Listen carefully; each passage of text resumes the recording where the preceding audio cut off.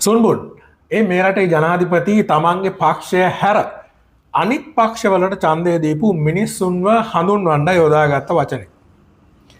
ප්‍රජාතන්ත්‍රවාදී රටක ප්‍රජාතන්ත්‍රවාදය තුලින්ම ගිහිල්ලා ඒකේ අග්‍රඵලය වෙන ජනාධිපති තනතුරත් අරගෙන ඒ ප්‍රජාතන්ත්‍රවාදයටම අනුව රටේ මිනිස්සු තමන්ගේ පක්ෂයට ඇර වෙනත් පක්ෂවලට ඡන්ද දෙනකොට ඒ අයට සුන්බුන් කියන එක එතරම් සදාචාර සම්පන්න නැහැ.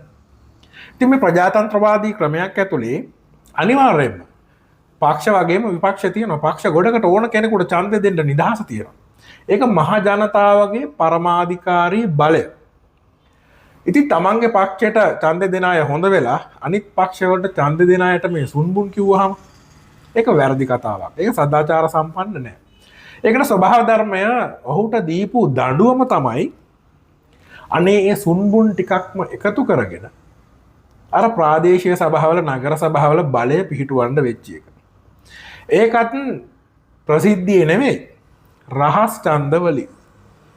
ඒ හින්දා කියන්නේ මේක තනි පක්ෂ පාලනයක් තියෙන රටක් නෙවෙයි. එහෙම මානසික තත්ත්වයක් තියාගෙන මේ රට පාලනය කරන්න බෑ. ඒ හින්දා මිනිස්සුන්ගේ ඡන්ද අයිතියට ඡන්දය දෙන්න තියෙන නිදහසට අනිත් පක්ෂවලට ගරු කරන්න පුරුදු වෙන්න ප්‍රජාතන්ත්‍රවාදී රටක් පාලනය කරනවා.